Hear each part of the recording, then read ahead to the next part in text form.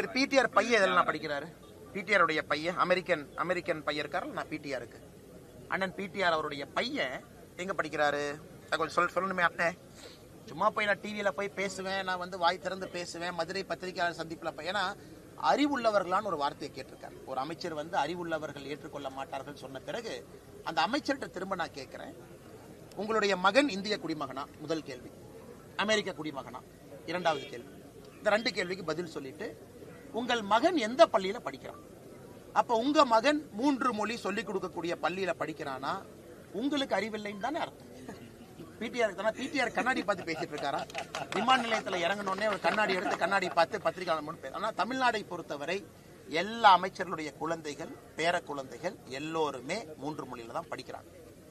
எம்பிக்கள், எம்எல்ஏக்கள் யாராச்சும் ஒருத்தர் பத்திரிகையாளர் முன்னாடி ஒரு எம்பி எம்எல்ஏ வந்து இல்ல என் குழந்தை என் பேர 2 மொழி தான் படிக்கிறான், நான் தைரியமா பேசுவேன் பேசுறாங்களா? யாரும் பேச மாட்டாங்க.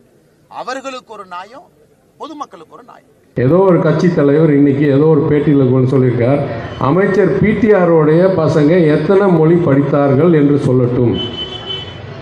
நான் தெளிவாக விளக்கம் இன்றைக்கு சொல்கிறேன். எனக்கு இருக்குது 2 புதல்வர்கள். என் அப்பா பேருக்கு 2 பேருக்கும் அவங்க 2 பேர் பிரித்து வச்சுருக்கேன். ஒருத்தர் பேர் பழனி, ஒருத்தர் பேர் வேல்.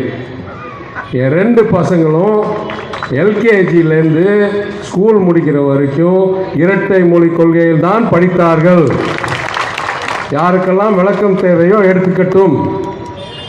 அடுத்து நான் கூறுகிறேன், அவங்க சொல்கிறாங்க 52 லட்சம் பேர் அரசு பள்ளியில் படிக்கிறாங்க, அவங்கள மாத்திரம் ஏன் 2 மொழி தான்?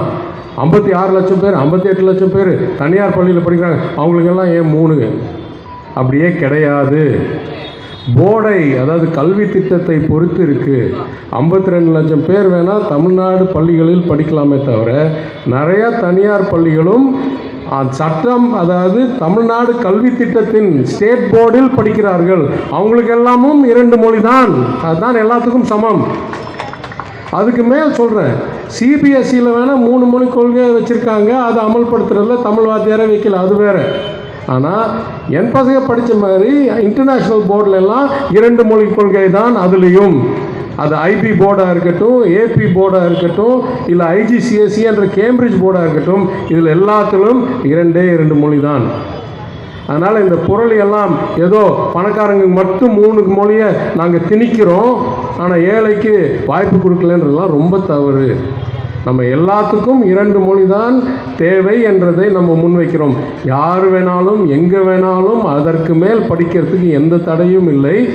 நான் பல இடங்களில் கூறியிருக்கிறேன், ஹிந்தியை ப்ரொமோஷன் செய்யும், ஹிந்தியை முன்னெடுக்கும் தக்ஷின் பாரத் ஹிந்தி பிரச்சார் சபா என்ற அமைப்பு சென்னையில் தலைமை அலுவலகத்தை வைத்து, அதற்கு மேல் திருச்சியில் ஒரு அலுவலகத்தை வைத்து, எங்கெங்கெல்லாம் எப்பெல்லாம் முடியுமோ ஒன்றிய அரசாங்கத்துடைய நிதியை வைத்து இன்றைய ஹிந்தியை பரப்பிக்கொண்டிருக்கிறது.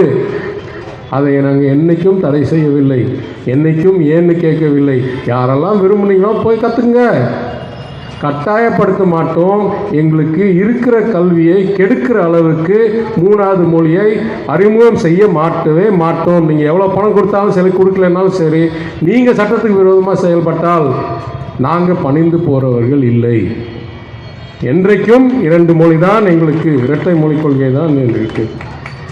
இந்த தலைப்பில் எத்தனையோ வாதங்களில், எத்தனையோ விவாதங்களில் நான் பங்கேற்ற பிறகு இதை தெளிவாக நான் கூற விரும்புகிறேன்.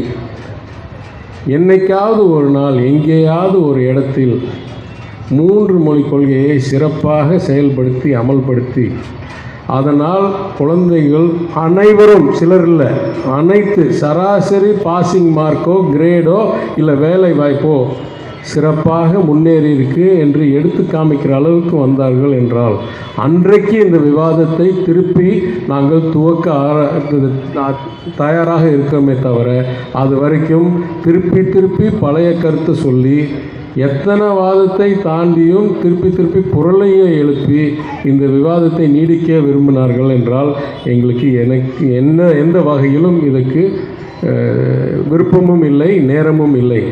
நாங்கள் நல்லா பண்ணிகிட்ருக்கோம், உங்களுக்கு எட்டாது, எங்களை கை விட்டுருங்க, நாங்கள் பாட்டுக்கு நாங்கள் பண்ணுறது பண்ணிகிட்டே இருக்கோம். அவ்வளோதான். இந்த தலைப்போடு முடிச்சிடுவோம்.